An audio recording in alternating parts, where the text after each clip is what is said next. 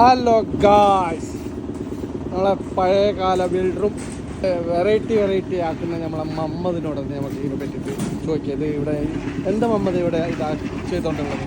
Hi സുഹൃത്തുക്കളെ, അത് സംഭവം എന്തെന്ന് വെച്ചാല് ഇത് ഒരു പ്രത്യേകമായിട്ട് ഇത് ചെയ്യുന്നതാണ്. കാരണം ഇത് നമ്മളൊരു വെയർ ഹൗസ് ആണ്. അപ്പൊ ഈ വെയർ ഹൗസിന്റെ സംഭവം എന്ന് വെച്ചാൽ ഇതില് ഏകദേശം 40 ടൺ 45 ടൺ വരെയുള്ള വാഹനങ്ങൾ ഇതിന്റെ അകത്ത് മുകളിലേക്ക് കയറാനുള്ള സാധ്യതയുണ്ട്. 45 ടൺ വരെയുള്ള ഇതില്.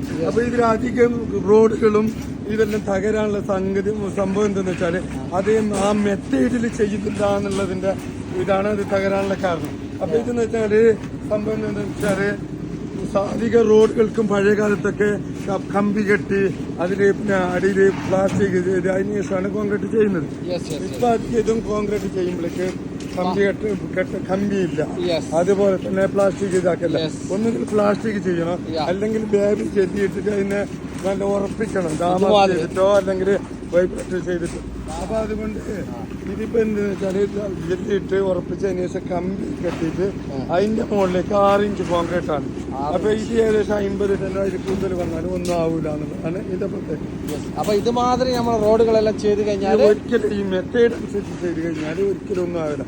ഇത് സംബന്ധിച്ചിട്ടുണ്ടെങ്കിൽ എഞ്ചിനീയർമാർക്കുള്ള കമ്മീഷന് മുതലാളി കോൺട്രാക്ടറുകളുടെ അമിത ലാഭം ഇതെല്ലാമാണ് സ്വന്തം ആവശ്യത്തിനായതുകൊണ്ട് സ്വന്തം ചെയ്യുന്നത് കൊണ്ട് ഇത് ഒരിക്കലും തകരാനുള്ള സാധ്യതയില്ല.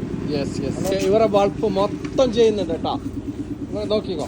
അപ്പൊ ബേബി ജെല്ലി ഇട്ടിട്ട് കമ്പി ഇട്ടിട്ട് 6 ഇഞ്ച് കോൺക്രീറ്റ് ചെയ്താല് പിന്നെ ഗ്യാരണ്ടിയാണ് ഒന്നാവില്ല.